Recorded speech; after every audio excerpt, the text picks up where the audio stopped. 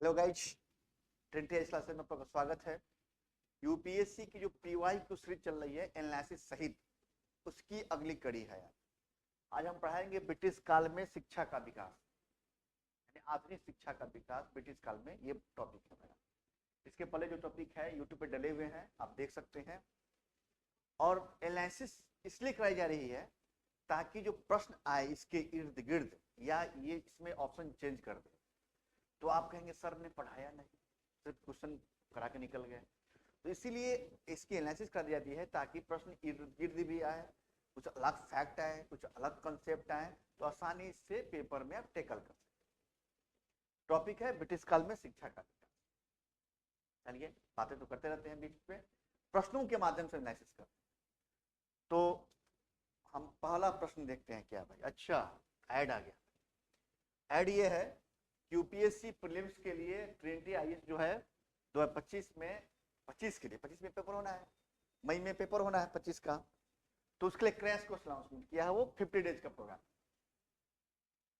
और 5 our classes होगा, daily cues होगा, टेस्ट असेसमेंट होगा। यूपीएससी पीवाईक्यू एनालिसिस आपको यूट्यूब पे भी मिलेगा, ऐप पे भी मिलेगा, और गेट टुगेदर भी किया जाएगा, साथ में एक दूसरे साथ बैठ के बात की जाएगी।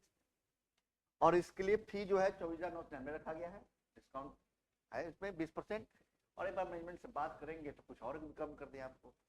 तो इसके लिए डिस्क्रिप्शन बॉक्स में नंबर डले होंगे, वहां से आप मैनेजमेंट से बात कर सकते हैं। चलिए, पहला जो प्रश्न आ गया देखिए। ये यूपीएससी पहले जो पैटर्न था पूछने का, वो तरीका 21-22 से चेंज कर दिया है, मगर एनालिसिस कर रहे हैं पीवाईक्यू का तो भाई बताना पड़ेगा। पूछ दिया, रिटर्न कर दिया पुराने पैटर्न, तो क्या करेंगे आप। तो प्रश्न जो है देखिए, भारत में शासन के दौरान शैक्षणिक संस्थानों के संदर्भ में निम्नलिखित युग में विचार किया। With reference to educational institution during the rule in India, consider the following pairs. अब इधर है संस्था, इधर संस्थापक, यानी इंस्टीट्यूशंस एंड फाउंडर मेंबर कौन है। बनारस में संस्कृत महाविद्यालय विलियम जोन्स है। कलकत्ता मद्रास, कलकत्ता में मदरसा क्या सर, सॉरी मदरसा क्या सपना है, वारेन हेस्टिंग्स। और फोर्ट विलियम कॉलेज आर्थर वेल्जली। इसमें कौन कौन सही है, कौन सही नहीं है। ठीक है, आपको ऐसे बताना, ये पुराने प्रश्न है जो पूछे थे, वो हम डाल दें। अब इसके पहले हम थोड़ी जानकारी ले लेते हैं, चीजों की जानकारी लेते हैं। भाई शिक्षा का विकास ऐसा क्या आ गया कि एक अंग्रेज व्यापारिक कंपनी, जो विशुद्ध व्यापारिक कंपनी थी, वो शिक्षा के विकास होता है। क्या को जाए, कौन सी विडंबना आ गई, कौन सी अकाल आ गया, कौन सी महामारी आ गई, जिस चलते ये जो है महामारी अकाल, मतलब वो तो कृषि का व्यवसायीकरण है, मगर इसमें कौन सा प्रभाव आ गया, कौन से भूत भविष्य आ गए, ये शिक्षा के विकास पर जोर मारने लगा, और खासकर पश्चात शिक्षा का। तो एक, जबकि एक शुद्ध व्यापारिक कंपनी थी, मगर देखेंगे कि शुरुआती दौर में जो भी विकास हुआ है शिक्षा का, वो क्या हुआ है, निजी तौर पर विकास किया, कंपनी अधिनियम के माध्यम से कभी नहीं। शुरुआती दौर में चाहे वो कलकत्ता में मदरसा की स्थापना हो, या बनारस में संस्कृत महाविद्यालय की स्थापना हो, या कुछ अनुवाद कराए गए, कालिदास की अभियान संकुलम की कहा जाए, तो सब जो है निजी तौर पे काम किए गए, कंपनी के अधिकारियों द्वारा निजी तौर पे काम। तो इसी के दौरान सबसे पहला जो काम होता है, क्रम बता देते हैं, यदि क्रम पूछ दे तो क्या कीजिएगा, कि वारेन हेस्टिंग्स ने, तब वारेन हेस्टिंग्स जो गवर्नर था, उसने कलकत्ता में मदरसा की स्थापना कर। कलकत्ता में मदरसा, ऐसा तो था नहीं कि मदरसा नहीं था, मदरसे पहले भी होंगे।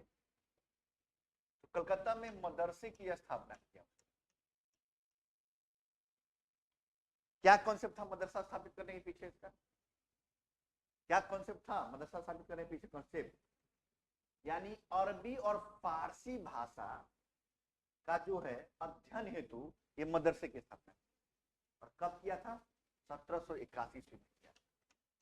यानी अरबी और फारसी भाषा के अध्ययन के लिए, यानी लोकल लैंग्वेज के अध्ययन के लिए, ऐसा नहीं है, ये फैक्ट है, सिर्फ कलकत्ता मदरसा सपना। मगर कब किया गया, 1781 में किया गया। क्यों किया गया, तो अरबी और फारसी भाषा के अध्ययन करने के लिए इस मदरसे की स्थापना की।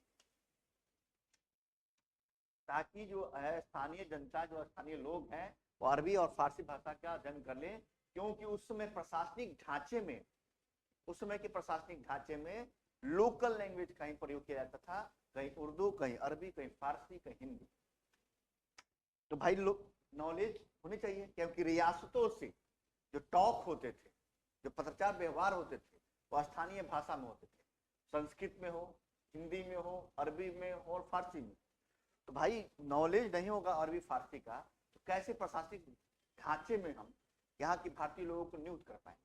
इसी उद्देश्य से उसने कलकत्ता में मदरसे की स्थापना किया अरबी और फारसी भाषा के अध्ययन के लिए। इसके अलावा 1784 ईस्वी में, देखिएगा 1784 ईस्वी में कार्यकाल था वारेन हेस्टिंग्स का, कार्यकाल वारेन हेस्टिंग्स का ही काल था ये। एशियाटिक सोसाइटी ऑफ बंगाल की स्थापना की जाती है। किसकी? सर विलियम जोन्स द्वारा। सर याद है ना, सर विलियम जोन्स द्वारा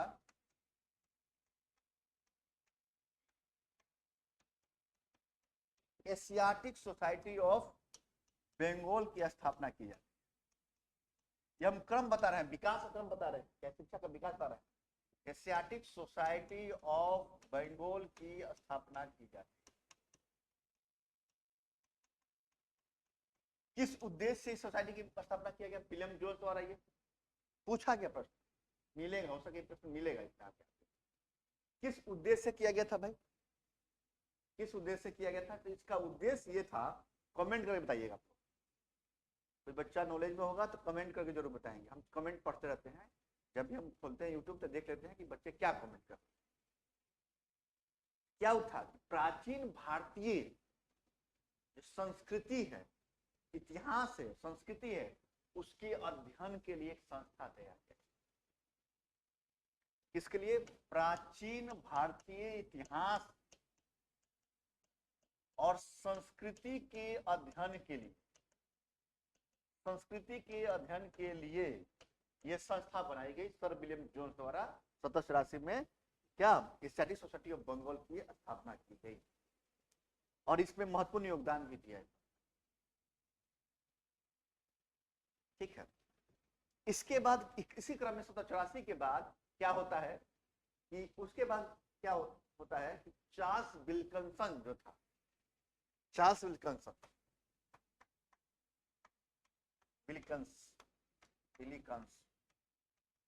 ने अनुवाद किया भगवत गीता। किसका? भगवत गीता का अंग्रेजी में अनुवाद कर,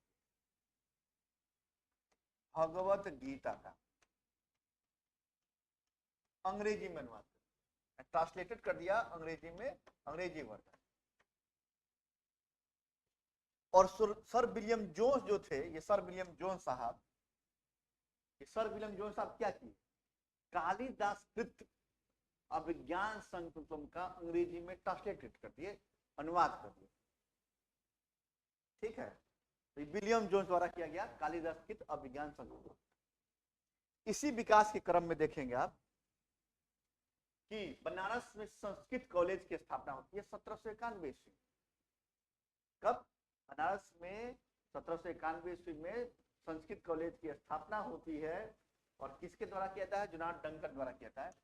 1791 में बनारस में संस्कृत कॉलेज की स्थापना की जाती है। संस्कृत कॉलेज की स्थापना की जाती है किसके द्वारा? जोनाथन डंकन द्वारा। ये सब व्यक्तिगत पहल था लोगों का, डंकन द्वारा। ये कंपनी या गवर्नमेंट नहीं कर रही थी, ये व्यक्तिगत पहल था। क्यों किया गया भाई? संस्कृत कॉलेज की स्थापना क्या उद्देश्य रहा?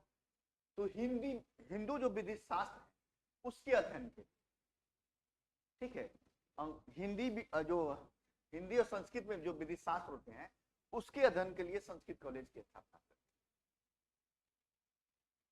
यानी कलकत्ता में मदरसे की स्थापना करें तो या बनारस में संस्कृत कॉलेज की स्थापना की बात करें तो दोनों में यही था कि शिक्षा पद्धति के रूप में जो भारतीय जनमानस में प्रचलित भाषाएं हैं, जो ज्ञान है, उसको ग्रहण कराना, और ताकि और ऐसे शिक्षित वर्ग जो है क्या है, एक आधार तैयार करेगा जो प्रशासनिक ढांचे में नियुक्ति की जाएगी और जिनके माध्यम से हम प्रशासन आसानी से कर सकेंगे। यही मकसद था इसका।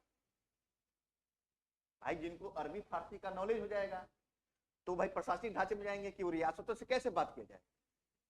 और संस्कृत का कहीं संस्कृत भाषा में यूज होता था, हिंदू विधिशास्त्र का अध्ययन होता था, हिंदी का अध्ययन, हिंदी तो सब जानते थे, नॉर्मल भाषा थी, बट कहीं कहीं कुछ रियासतों में संस्कृत भाषा चलती थी, तो कैसे बात होगा, वर्धन कैसे आएगा। इसीलिए विद्यालयों का स्थापना करने का उद्देश्य था, ताकि एक ऐसा वर्ग तैयार हो जाए जो मेरे प्रशासनिक ढांचे में इनकी नियुक्ति की जा सके और इनके माध्यम से हम क्या करें, हम प्रशासन आसानी चला सके और लोकल स्तर पे, नीचे स्तर पे हम प्रशासन को सुविधापूर्ण चला सकते हैं। यही मकसद रहा है। ठीक है। इसके बाद जो है 1791 के बाद बनारस संस्कृत विद्यालय किया गया। इसके बाद 1817 ईस्वी में देखिएगा, 1817 ईस्वी में देखिएगा, उसके पहले विकास बताते हैं। 17 छोड़ पहले विकास एक 1813 की विकास। इसके पहले कंडीशन ये हुआ कि ईसाई मिशनरी बार बार कहें कि हमें प्रसार का मौका दीजिए, प्रसार का मौका इसलिए दीजिए मुझे कि हम प्रसार करेंगे तो जहां यहाँ अंधभक्ति है, जो अंधेरा छाया हुआ है यहाँ की संस्कृति में, वो समाप्त हो जाएगी और पश्चात शिक्षा, जिसको अंग्रेजी शिक्षा बोलते हैं, उसका हम प्रसार भी कर लेंगे, अपने धर्म का भी प्रसार कर लेंगे। वो लोग उस भाषा में क्या हो जाएंगे, रूबरू हो जाएंगे। और हम उससे क्या फायदा होगा, उससे फायदा ये होगा कि आसानी से एक ऐसा वर्ग तैयार हो जाएगा जो पश्चात शिक्षा यानी अंग्रेजी शिक्षा प्राप्त कर लेगा, जो हमारे प्रशासनिक ढांचे में योगदान करेगा और एक क्या हो जाएगा, एक हमारा सपोर्टिंग वर्ग तैयार हो जाएगा। ईसाई मिशनरी का चैप्टर 1813 में एक एक्ट आता है, एक्ट बहुत है, पढ़ना 73 है, 84 है। 1813 का एक्ट आता है, भारत सरकार अधिनियम जो आता है। इस एक्ट में क्या किया गया, पहली बार शिक्षा के लिए ग्रांट दिया गया और ईसाई मिशनरियों के लिए दरवाजे खोल दिए गए कि आसानी से प्रसार किया। और एक कारण बनता है यही 57 के विद्रोह का हमने बताया। हाँ, 1813 में एक्ट आया। उस एक्ट में कंडीशन ये हुआ कि पहली बार कंपनी द्वारा, कंपनी का शासन था और भारत सरकार अधिनियम बनाती थी, तो पहली बार व्यक्तिगत तौर पे काम न करके कंपनी द्वारा काम किया गया और ग्रांट दिया गया, सहायक अनुदान जो बोलते हैं। उससे क्या हुआ कि भाई अब शिक्षा का विकास अब कंपनी करेगी, ब्रिटिश गवर्नमेंट करेगी।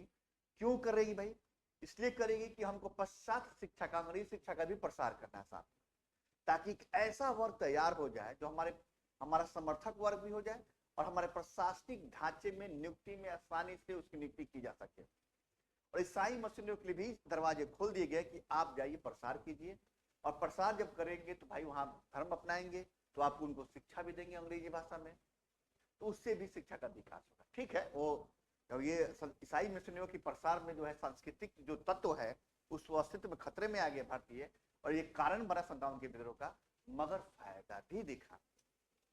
तो 1813 में क्या आया है, 1813 में 1 लाख रुपया सहायता अनुदान दिया गया अंग्रेजी शिक्षा के प्रसार के लिए। 1 लाख रुपीज, 1 लाख रुपया दिया गया सहायता राशि, ग्रांट दिया गया भाई, ग्रांट एड जो बोलते हैं तो, ठीक है, सहायता अनुदान दिया गया ताकि शिक्षा का प्रसार किया जा सके, खासकर अंग्रेजी शिक्षा का प्रसार किया जा सके। ठीक है, ये पहली शुरुआत थी किसकी, ये पहली शुरुआत थी, यानी पहली बार शिक्षा के विकास में कंपनी का और ब्रिटिश गवर्नमेंट का शुरू हुआ। अब व्यक्तिगत तौर पर बातें नहीं की। ठीक है, इसके बाद अब इसके बाद से शिक्षा का विकास शुरू हो गया। इसके बाद कंडीशन क्या हुआ कि 1817 ईस्वी में राजा राम मोहन राय द्वारा, राजा राम मोहन राय के सहयोग से डेविड हेयर साहब ने कलकत्ता में हिंदू कॉलेज की स्थापना करा। अभी तक कॉलेज का कॉन्सेप्ट नहीं, और यही शिक्षा आयोग में बताएंगे। कलकत्ता में हिंदू कॉलेज की स्थापना करा, और ये प्रश्न पूछा है, और एक प्रश्न ये भी पूछा है कि बेथुन स्कूल की स्थापना की बात पूछा है, बेथुन स्कूल की स्थापना की बात पूछा, इसमें एनी बेसेंट का सहयोग था। ठीक है, तो डेविड हेयर द्वारा हिंदू कॉलेज की स्थापना कर दिया गया 1817 ईस्वी में। इसके बाद क्या हुआ कि जब विलियम बेंटिक का कार्यकाल आया तो लोक शिक्षा विभाग बना दिया। अब इस पे हम थोड़ा आंग्ल प्रच विवाद आंग्ल प्राच्य विवाद आंग्ल प्राच्य विवाद क्या शिक्षा के विकास के लिए, आंग्ल प्राच्य विवाद शिक्षा के विकास के लिए एक लोक समिति बनी शिक्षा की नीति के लिए 10 सदस्यीय कमेटी बनी और कमेटी से आग्रह किया गया कि आप लोग बताइए कि शिक्षा का विकास किस माध्यम में किया जाए, या प्राच्य माध्यम में, यहाँ प्राचीन भाषाएं उनके माध्यम से विकास किया जाए, या आंग्ल माध्यम में पाश्चात्य शिक्षा या अंग्रेजी शिक्षा के माध्यम से विकास किया जाए। और ये विवाद का बिंदु बन गया। इसमें दो गुट बन गए, एक आंग्ल गुट बन गया, एक प्राच्य गुट बन गया।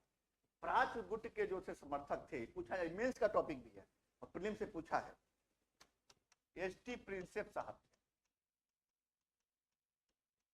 एसटी प्रिंसेप साहब थे इसके समर्थक। किसके समर्थक? इसके समर्थक थे एसटी प्रिंसेप साहब थे।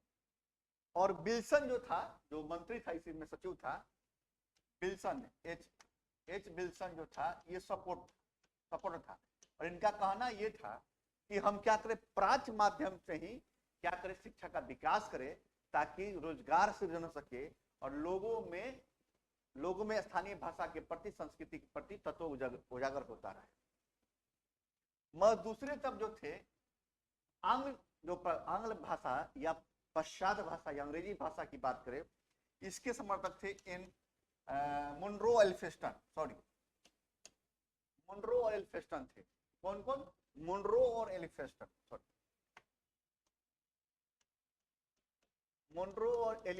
थे। और इसका समर्थन जो किया था मैकाले द्वारा किया गया था। मैकाले द्वारा किया गया था। इनका कंसेप्ट है नहीं, शिक्षा का जो विकास हो अंग्रेजी भाषा में शिक्षा का विकास,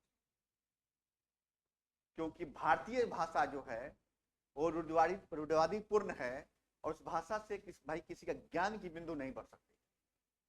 और मैकाले विधि सदस्य था विलियम बेंटिक के काल में, और इसे लोक शिक्षा नीति का हेड बनाया गया और इन्हें सुझाव दिया कि जो शिक्षा का विकास हो पश्चात शिक्षा विकास हो, और विलियम बेंटिक ने इसे स्वीकार किया। और ये घटना 1835 की घटना है।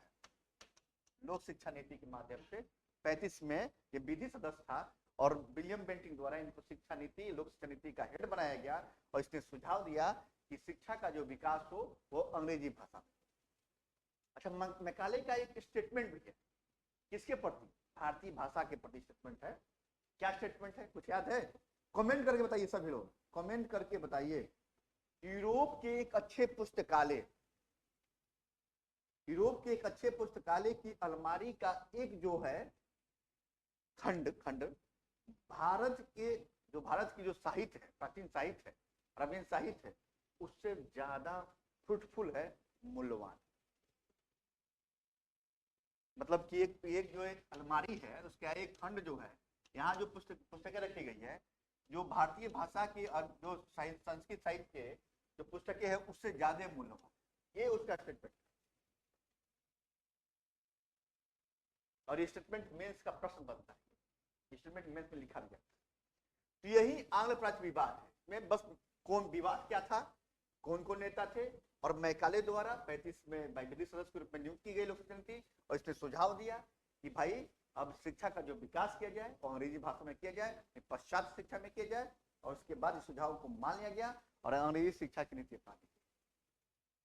एक आती है डाउन फिल्ट्रेशन नीति भी आती है शिक्षा के विकास, टपकन का सिद्धांत, यानी ऊपर को शिक्षित कर दो और धीरे धीरे अधोमुखी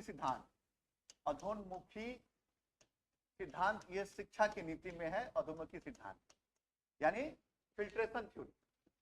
क्या है? फिल्ट्रेशन थ्योरी इसको बोलते हैं हम लोग, डाउनवर्ड फिल्ट्रेशन थ्योरी। याद है? डाउनवर्ड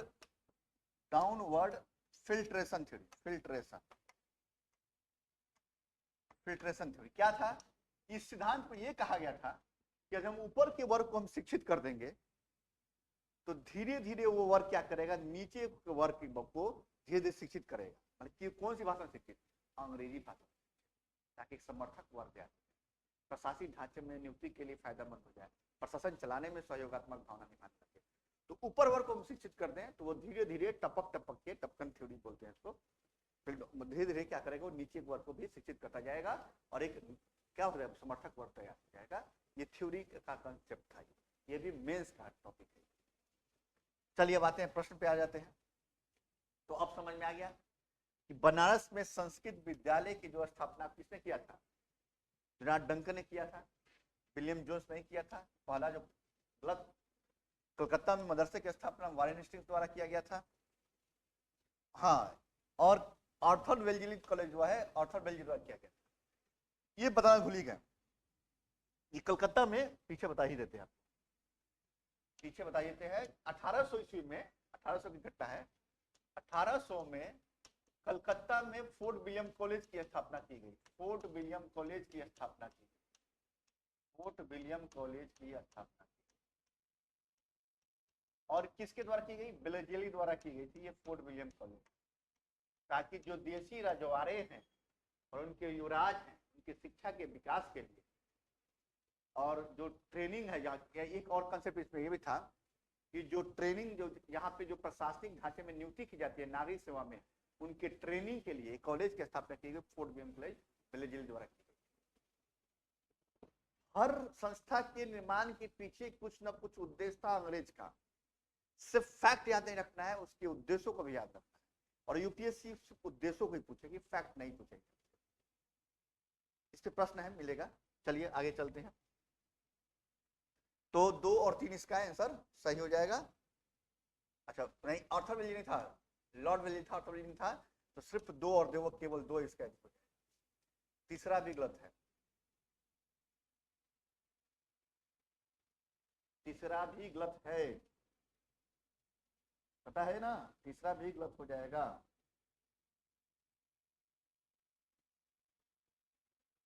आर्थर वेल्जी ने किया था, उसका नाम था लॉर्ड वेल्जी। आर्थर 2 वेल्जी आए तुम्हारे, एक लॉर्ड वेल्जी, एक आर्थर वेल्जी, इसीलिए कंफ्यूजन हो गया। फोर्ट विलियम कॉलेज की स्थापना की गई कंपनी के सैनिक अधिकारियों की ट्रेनिंग के लिए। अरे वही बताया, नागरिक सेवा में जो योगदान करेंगे, जो आपको नागरिक सेवा के लिए जो होगा, सिविल के लिए ड्यूटी होगी, ट्रेनिंग कहाँ के जाएगा, कलकत्ता में फोर्ट विलियम कॉलेज में। ठीक है, इसका आंसर 2 हो जाएगा सिर्फ। चलिए अब आते हैं नेक्स्ट प्रश्न पे। यही प्रश्न बता चुके हैं कि डेविड हेयर और अलेक्जेंडर डफ साथ में सहयोगी थे। राजा राम मोहन राय के सहयोग से निम्नलिखित में से किसने कलकत्ता में हिंदू कॉलेज की स्थापना किया? And who among the following founded the Hindu college in the Calcutta? इस कॉलेज की स्थापना के पीछे भी उद्देश्य था, वही वाला बात है कि हिंदू विधान की बात करेंगे, हिंदी शिक्षा की बात करेंगे, नॉलेज बढ़ेगा, वो शिक्षा विकास करेंगे, भाई भाई कंपनी को ही फायदा होगा, और एक तो भाई अपनी संस्कृति विरासत को बचा के भी रखना है, तो इसीलिए हिंदू कॉलेज की स्थापना की गई थी। दोनों उद्देश्य थे, एक दूसरे के विपरीत उद्देश्य थे।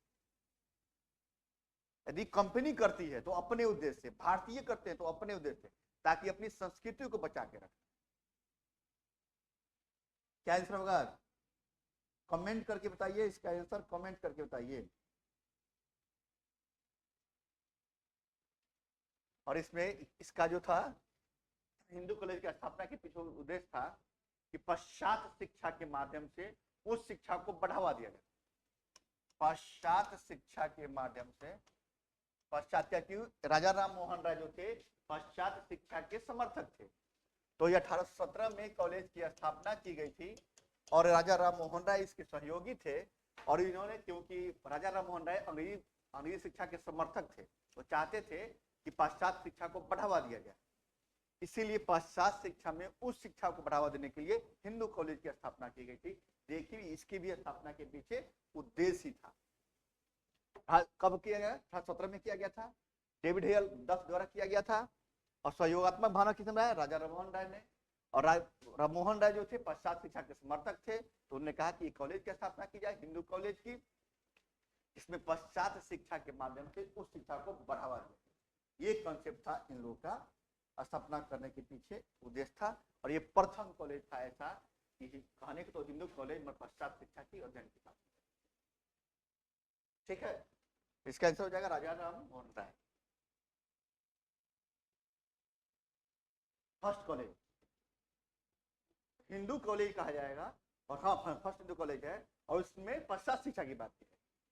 हिंदू कॉलेज की स्थापना और जगह होंगे, हिंदू स्कूल की स्थापना होगी, वह हिंदू कॉलेज बनेगा बाद में, और ये वेस्टर्न की बात।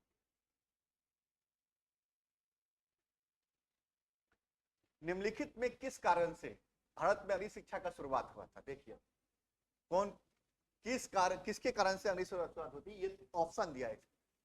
Which of the following lead to the introduction of the English education in India? पहला 13 के चार्टर अधिनियम से, सार्वजनिक निर्देश का समायन समिति 2823, general committee of public instructions of 1823, और ओरिएंटल्स एंड इंग्लिश विवाद यानी आंग्ल प्राच्य विवाद। और नीचे दिए गए code, select the correct answer using the given below code. किस किस माध्यम से, किसके कारण अंग्रेजी शिक्षा की शुरुआत हुई थी? अभी बताए हैं कि भाई 1813 में अधिनियम के माध्यम से पैसे भी दिए गए, 1 लाख रुपए खाली अंग्रेजी शिक्षा के लिए, पश्चात शिक्षा के लिए। पहला तो हो ही गया। उसके बाद लोक शिक्षा नीति बनाई गई ताकि शिक्षा का प्रसार का माध्यम क्या हो। 10 सदस्यीय कमेटी थी, उसमें एक पक्ष तो थे आंग्ल की तरफ से, एक तरफ प्राच्य विवाद थे। आंग्ल प्राच्य विवाद भी हुआ और लास्ट में निष्कर्ष ये निकला कि हमें अंग्रेजी शिक्षा का प्रसार करना है, मैकाले का, ये भी था। और एक सार्वजनिक निर्देश की समान समिति भी थी। तो तीनों हो जाएंगे, इसके तीनों हो जाएंगे। एक जनरल कमिटी ऑफ पब्लिक, अभी बताया है कि 10 सदस्यीय कमिटी बनी 1823 ईस्वी में, यही general committee of public instruction की कमिटी बनी थी। इसी में विवाद हुआ था और विवाद के बाद निष्कर्ष निकल के आया, जो 35 में निष्कर्ष निकल के आया, विलियम बेंटिक। तो 3 हो जाएगा इसका आंसर, 1, 2 और 3। देख रहे हैं प्रश्न कैसे पूछते हैं, विकास ही पूछ दिया, बताइए विकास इसका। अब 3 हो जाना चाहिए आपको। चलिए नेक्स्ट प्रश्न देखते हैं। आ गया वेलजली द्वारा। वेलजली ने फोर्ट विलियम कॉलेज कलकत्ता की स्थापना क्यों की? एक स्थापना कब हुआ? 1800 में हुआ। वेलजली यानी Wellesley founded by the Fort William College Calcutta because, क्यों लंदन में निदेशक मंडल द्वारा ऐसा करने के लिए कहा गया था, यानी he was asked to do so by the board of direction of London। वह भारत में प्राच्य शिक्षा में रुचि को प्रेरित करना चाहते थे, प्राच्य शिक्षा, जबकि समर्थक थे ही नहीं प्राच्य शिक्षा के, ये तो आंग्ल शिक्षा के समर्थक, न इनके द्वारा ये कहा गया न प्राच्य शिक्षा के समर्थक थे। तीसरा, वो विलियम कैरी और उनके सहयोगियों को रोजगार प्रदान करना चाहते थे। भाई विलियम कैरी, भाई युवराज को रोजगार क्या मिलेगा, वो तो ऑलरेडी लंदन में राजकुमार थे वो। तीसरा भी नहीं होगा। वो भारत में प्रशासनिक उद्देश्य के लिए ब्रिटिश नागरिकों को ट्रेनिंग करना चाहते थे। He wanted to the train British citizen home administration purpose in Indian citizen, दोनों की, मगर इसमें ऑप्शन में नहीं थे। देख रहे हैं, वो भारत में प्रशासनिक उद्देश्य के लिए ब्रिटिश नागरिकों को ट्रेनिंग, यदि जो नियुक्त की जाएंगी एडमिनिस्ट्रेशन में या प्रशासनिक ढांचे में, वो भारतीय हो चाहे कोई हो, सबको ट्रेन करने के लिए बात की। मगर एक जगह लिखा हुआ है, मतलब उसने प्रश्न बनाया है कि भाई ब्रिटिश नागरिकों को, हमने माना कि ब्रिटिश नागरिकों को भी किया जाएगा, भारतीय नागरिकों को भी ट्रेनिंग किया जाएगा। इसीलिए तो शिक्षा दिया जा रहा था, अंग्रेजी शिक्षा, ताकि कहा गया है इनके बारे में, शिक्षा के बारे में, इस कंसेप्ट में कि चमड़े से तो काले हो, चमड़े से तो वो काले दिखे, मगर शिक्षित में वो अंग्रेज दिखे, शिक्षा में अंग्रेज दिखे। स्टेटमेंट था कहीं, चमड़े से तो काले दिखे मगर शिक्षा में वो क्या दिखे, अंग्रेज दिखे।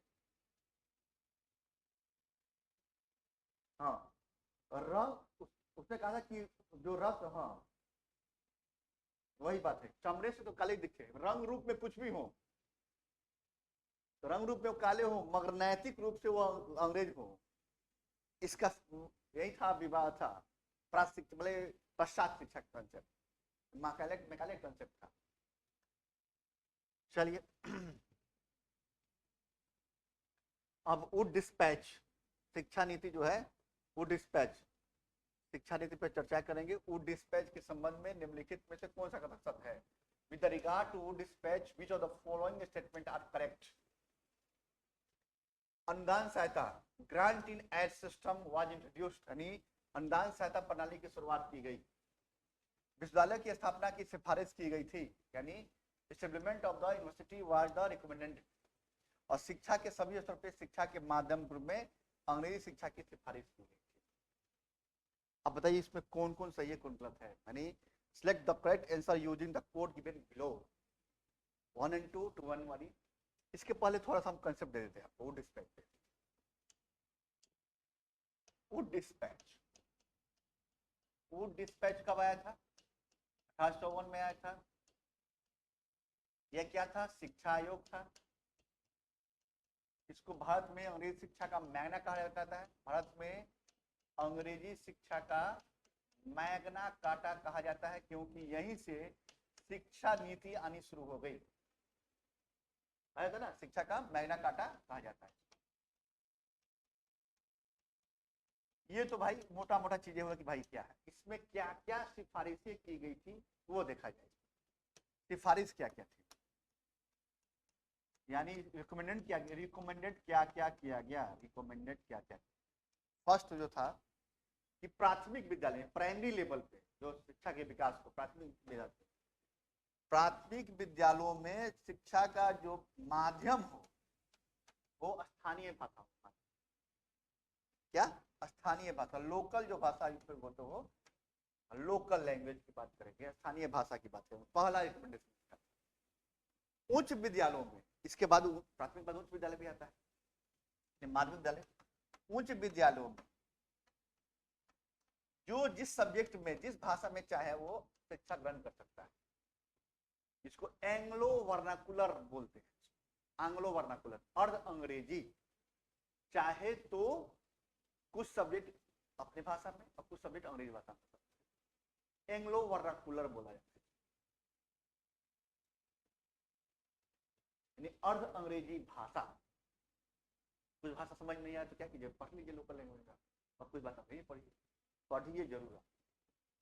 उसके बाद कहा कि ये उच्च विद्यालय में, और कॉलेज स्तर पे जाएंगे, कॉलेज स्तर पे जाएंगे, कॉलेज के लेवल पे जाएंगे तो आपको सिर्फ और सिर्फ अंग्रेजी भाषा पढ़ना, ओनली इंग्लिश लैंग्वेज का उपयोग होगा।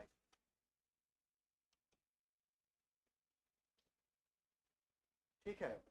और उसने कहा सिफारिश में क्या क्या, जो फिल्ट्रेशन थ्योरी थी, डाउनवर्ड फिल्ट्रेशन थ्योरी को समाप्त कर दिया। कहा कि ऐसा नहीं होगा, हम विकास जैसे ऊपर करेंगे,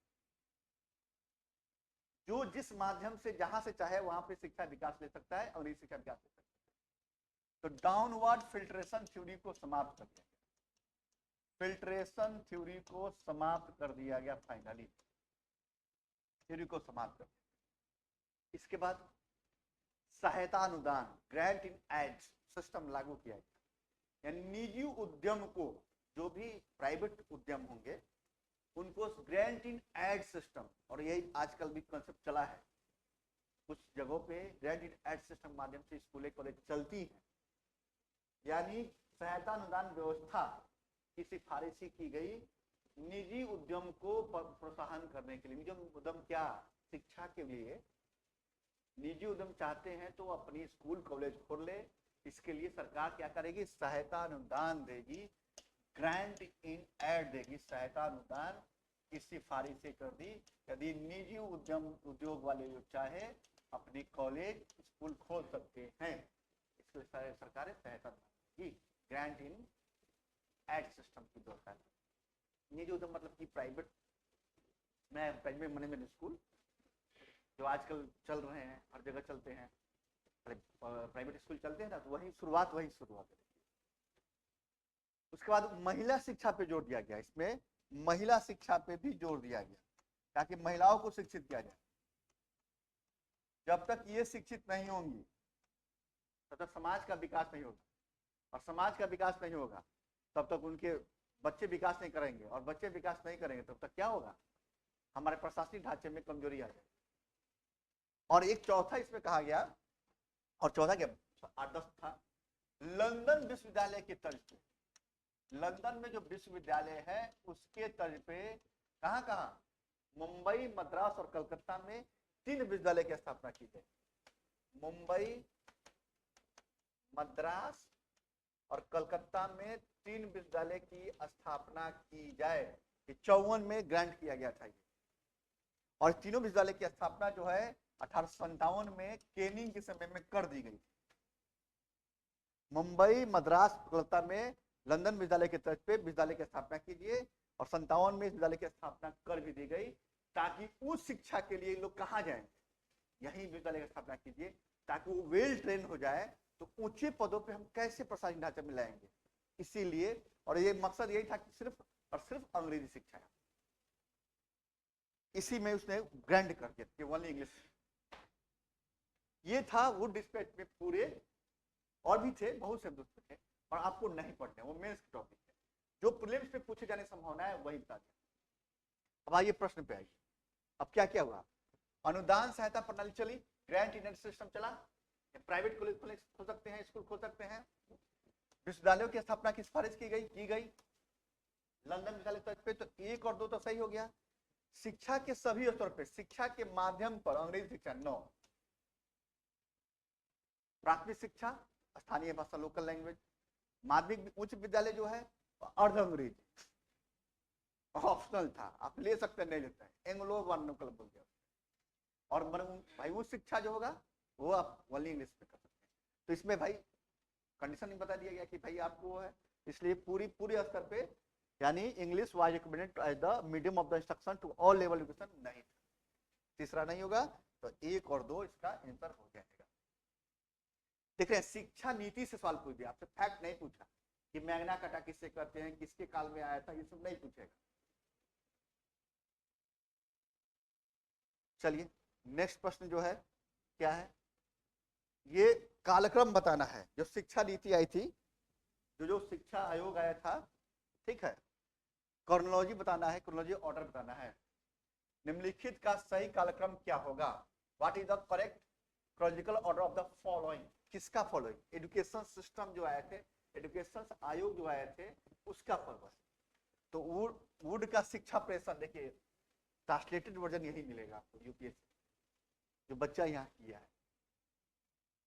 वुड का शिक्षा नीति यह होता है ना। अब देखिए वुड्स एजुकेशन डिस्पैच, डिस्पैच का प्रेषण होता ही, इसमें क्या बात है, झूठ क्या बोल रहे थे, ये होना चाहिए डिस्पैच होती है ना। यही ट्रांसलेटेड वर्जन मिलेगा यूपीएससी में, हिंदी माध्यम बच्चों को यही दिखते आते। तो वुड एजुकेशन डिस्पैच कब आया था? 1854। उसका मैकाले का शिक्षा पर देख रहे हैं, मैकाले मिंटो, देखो मिंटो को मिनट लिख दिया, ये ट्रांसलेटेड वर्जन है। और ये तैयार है यूपीएससी के लिए भी, यही गूगल ट्रांसलेट करके दिया जाता है वहां पे। Macaulay Minto on the education, कब? 35 में मैकाले को शिक्षा आयोग का अध्यक्ष बनाया गया था। 1835 में विधि सदस्य के रूप में थे। मैकाले शिक्षा नीति भी आई थी। सार्जेंट एजुकेशन रिपोर्ट कब आया था? 1917 में आया था, 1917 में आया था। और इंडियन एजुकेशन यानी हंटर कमीशन कब आया था? 1882 में आया था, 1882 में आया था। अब सज जाएगा 2 1 4, कहा 2 1 4 3, 2 1 4 3, ये पूरी शिक्षा की नीति। मगर हम एक एक करके चर्चाएं थोड़ी थोड़ी कर लेते हैं। हमने अभी वुड डिस्पैच पे चर्चाएं की है कि क्या क्या उसमें सिफारिशें थी, रिकमेंडेड क्या क्या किए गए थे। मैकाले पे हम चर्चा किए हैं, आंग्ल प्राच्य विवाद में मैकाले ने क्या रिपोर्ट दिया, और उस रिपोर्ट के आधार पे शिक्षा का प्रसार कैसा हुआ। अब हम चर्चा कर लेते हैं इंडियन एजुकेशन, हंटर कमीशन, रेले, फिर सार्जेंट, ठीक है। अब है आते हैं वुड डिस्पैच के बाद हंटर कमीशन आया। ऐसे हंटर कमीशन 2 आया है, हंटर आयोग। एक जालियांवाला बाग रिपोर्ट के बाद भी हंटर आया था 1919 में, मगर वो नहीं, हम शिक्षा आयोग की बात करेंगे। विलियम हंटर इसके अध्यक्ष थे। हंटर आयोग 1882 ईस्वी में इसके अध्यक्ष थे विलियम हंटर। इसने क्या क्या रिकमेंडेशन किया? इसने क्या क्या रिकमेंडेशन किया? इसमें कंडीशन ये रहा, जो 82 में आया तो रिपन का कार्यकाल था, लॉर्ड रिपन का कार्यकाल था। ये आयोग लाने के पीछे उद्देश्य था कि 1854 में जो शिक्षा आयोग लाया गया था, उसकी समीक्षा करने के लिए कि हमने जो जो रखा, क्या फ्रेमवर्क, रिकमेंडेशन और जो लक्ष्य रखा वो कितना फुलफिल करता है, और खासकर ग्रैंड इन एड सिस्टम कितना सक्सेस रहा मेरा। यानी समीक्षा करने के लिए उसकी ये 1800 विलियम हंटर आयोग की स्थापना की गई थी कि हमने जो जो जांच करने के लिए, समीक्षा करने के लिए, और बुनियादी शिक्षा में कितना बढ़ावा मिल सका और से कितने स्तर पे लोगों के द्वारा शिक्षा प्राप्त की गई, इसकी जांच करने के लिए। तीसरा ये जांच इसमें किया गया कि ग्रैंड एंड सिस्टम जो लगाया था, सहायता अनुदान यानी प्राइवेट जो होंगे, व्यक्ति होंगे या इंडस्ट्री होंगे या कोई लोकल बॉडीज होगा, वो कितना सहयोग कर पा रहा है स्कूल की स्थापना करने में। क्योंकि प्राइवेट बॉडीज स्कूल स्थापित करेंगे तो प्राच्य विवाद नहीं देंगे, प्राच्य शिक्षा नहीं देंगे, वो पश्चात शिक्षा देंगे और यही पढ़ाएंगे। आप पैसा लगाएंगे ना भाई। तो ये सब समीक्षा करने की इसकी लायक है। इसके अलावा किस किस पे बल देगा, क्या सिफारिशें की गई, ये देखिएगा। इसमें सिफारिश ये की गई कि अब जो है प्राथमिक विद्यालय जो होंगे, प्राथमिक विद्यालय नहीं, प्राइमरी लेवल पर जो एजुकेशन सिस्टम होगा, वो देखभाल करेगा लोकल बॉडीज। कौन? पंचायत, नगर पालिका और जो बोर्ड होंगे। हम नहीं देखें, सरकार नहीं देखें, क्योंकि वो देखा गया कि प्राथमिक शिक्षा की जो सुधार की बात की गई वो दम डिक्लाइन हो चला। तो प्राथमिक शिक्षा जो है, प्राथमिक शिक्षा जो है उसका जो देखभाल करेगा कौन? लोकल बॉडीज, स्थानीय निकाय, इसमें पंचायत, नगरपालिका और बोर्ड, नगरपालिका और बोर्ड देखभाल करेगा। जो होगा वहां का बोर्ड, स्थानीय बोर्ड होगा, वो देखभाल करेगा। और कहा कि प्राथमिक शिक्षा पे जो है शिक्षा का माध्यम क्या होगा, तो मातृभाषा और स्थानीय भाषा, लोकल लैंग्वेज। अभी भी कहा कि अभी भी इतने लोग जागरूक नहीं हो पाए हैं कि अंग्रेजी शिक्षा दी जाए लोकल लैंग्वेज, मतलब प्राथमिक प्राइमरी लेवल पे। तो लोकल लैंग्वेज की बात की गई, मातृभाषा एवं स्थानीय भाषा की बात। ठीक है। अब कहा गया कि निजी संस्थानों को, जो निजी संस्थानें हैं, वो माध्यमिक विद्यालय के लिए धन मुहैया कराएं। जो निजी संस्थानें में प्राइवेट जो बात की गई थी, प्राइवेट स्कूल की बात की गई थी, प्राइवेट जो संस्थानें हैं, इंस्टीट्यूशन हैं, वो क्या करेंगे? माध्यमिक विद्यालय के लिए, नहीं, सेकेंडरी लेवल पे जो स्कूल होंगे उसके लिए वो क्या करेंगे? शिक्षा का धन मुहैया कराएंगे, पैसा देंगे उसको, मनी देंगे, रेवेन्यू देंगे उसको। इसमें की गई। और अब जो है माध्यमिक विद्यालय की पढ़ाई कैसी होगी? कैरियर की पढ़ाई, रोजगार उन्मुख यानी कैरियर ओरिएंटेड और शैक्षणिक ओरिएंटेड दोनों की पढ़ाई पाठ्यक्रम शुरू कर दी गई। यानी आपको कैरियर ओरिएंटेड जो है एजुकेशन भी ले सकते हैं और एजुकेशनल जो ओरिएंटेड भी एजुकेशन ले सकते हैं। ये कहा गया माध्यमिक विद्यालय का स्तर पर। अब यहीं से कैरियर ओरिएंटेड भी बात की जाए, यानी सिर्फ क्राफ्ट सिखाया जाएगा, ITI की ट्रेनिंग दे दी जाएगी, कुछ जो छोटे छोटे प्रोग्राम होते हैं जो आजकल प्रधानमंत्री द्वारा शुरू किए गए हैं, प्रधानमंत्री कौशल योजना, जिसमें छोटे छोटे प्रोग्राम किए जा रहे हैं, तो शुरुआत उस समय कर दी गई। और महिलाओं और लड़कियों की शिक्षा पर ज्यादा जोर दिया गया। कहा गया कि इनका विकास जब तक नहीं होगा तब तक कुछ भी संभव नहीं है। तो महिला और क्या कहा गया? शिक्षा के विकास भी किया। अच्छा, उसके बाद कहा गया कि जो सहायता अनुदान दिया जा रहा है उसमें कुछ ज्यादा बढ़ावा नहीं मिल पा रहा है। मतलब लोग ना होता कि प्रोत्साहित होके वो काम नहीं कर पा रहे। हम सहायता अनुदान दे रहे हैं और कोई प्राइवेट लोग नहीं आ रहे हैं, तो उसको बढ़ावे पर जोर देने की बात। फिर कौन लाएगा पैसा? कौन पढ़ने आएगा? किसके पास पैसा था? इतना टैक्सेशन था भाई, किसान के वर्ग के बच्चे तो आएंगे नहीं पढ़ने, और बड़े वाले थे तो वो लंदन चले जाते थे पढ़ने। ठीक है। और इसी में शिक्षा के क्षेत्र में ईसाई मुस्लिमों को भी कहा गया कि आप भी शिक्षा विकास कीजिए, उनका भी मूल्यांकन किया गया कि आप किस स्तर तक शिक्षा का विकास कर पाए। यही था इसमें हंटर आयोग की इम्प्लीमेंटेशन। इसके बाद एक आयोग आता है, रैले कमीशन। कौन? रैले कमीशन, जो लॉर्ड कर्जन के समय आता था। रैले कमीशन, इसमें कुछ नहीं है, 2 लाइन की बात है। 1902 में रैले कमीशन आया था लॉर्ड कर्जन के साहब के काल में, और लॉर्ड कर्जन का जो काल था वो सुधारात्मक काल कहा जाता है। सबसे अधिक आयोग बनाए गए, सबसे अधिक सुधारों की बात की गई, और बंगाल विभाजन सब कानून। तो इसमें रैले कमीशन में सिर्फ और सिर्फ विश्वविद्यालय पर चर्चा की गई। कहा ना हम प्राथमिक विद्यालय ना माध्यमिक विद्यालय किसी पे चर्चा नहीं करें, सिर्फ यूनिवर्सिटी पे हम चर्चा करेंगे कि यूनिवर्सिटी के विकास में क्या क्या है। और भारतीय विश्वविद्यालयों की जो यूनिवर्सिटी बने थे, 3 यूनिवर्सिटी बने थे, उसके बाद धीरे धीरे करके और यूनिवर्सिटियां बनने लगी लगातार। तो 87 में भी यूनिवर्सिटी बनी, पंजाब विश्वविद्यालय बने, ऐसे करके यूनिवर्सिटियां बनने लगी, इलाहाबाद यूनिवर्सिटी बनी, 57 में शुरू हुआ, और यूनिवर्सिटियां लगातार बनने लगी हर प्रांत के हर क्षेत्र में। तो उसके जांच के लिए, भारतीय विश्वविद्यालयों के जांच के लिए, भारतीय विश्वविद्यालयों के जांच के लिए ये आयोग आया, और इस आयोग ने कहा कि हम ना प्राथमिक ना माध्यमिक ना उच्च शिक्षा नहीं, उच्च शिक्षा नहीं, प्राथमिक माध्यमिक को कोई बात नहीं करेंगे, कोई चर्चा नहीं करेंगे। और इसने 1904 में इसके माध्यम से भारतीय विश्वविद्यालय अधिनियम पारित कर दिया। भारतीय विश्वविद्यालय अधिनियम पारित कर दिया गया, पारित कर दिया गया ये। उसके बाद धीरे धीरे करके इसका सार्जेंट आएगा, सार्जेंट योजना भी आएगा 1917 में। हाटो कमेटी आएगी, फिर उसका धीरे धीरे करके कोठारी मोदलियार कमेटी आई, उसके बाद वर्धा कमेटी 37 में आई, फिर गांधी जी द्वारा राधा कृष्णन कमेटी लाई गई। वर्धा कमेटी में गांधी जी सहयोग ज्यादा किए थे, उसमें परिवार निःशुल्क शिक्षा की बात की गई थी। तो ऐसे सके आए थे, मगर जो कमेटी से सवाल बनते हैं वो 2-3 कमेटी है जो बता दिया। तो अब जो है प्रश्न पे आ जाएंगे, तो ये प्रश्न सही हो गया। अब देखते हैं आगे कौन सा प्रश्न है, और आगे प्रश्न, ये पूरी कमेटी सवाल है, ये सभी सवाल नहीं बने। चलिए मिलते हैं नेक्स्ट क्लास में। जय हिंद, जय भारत।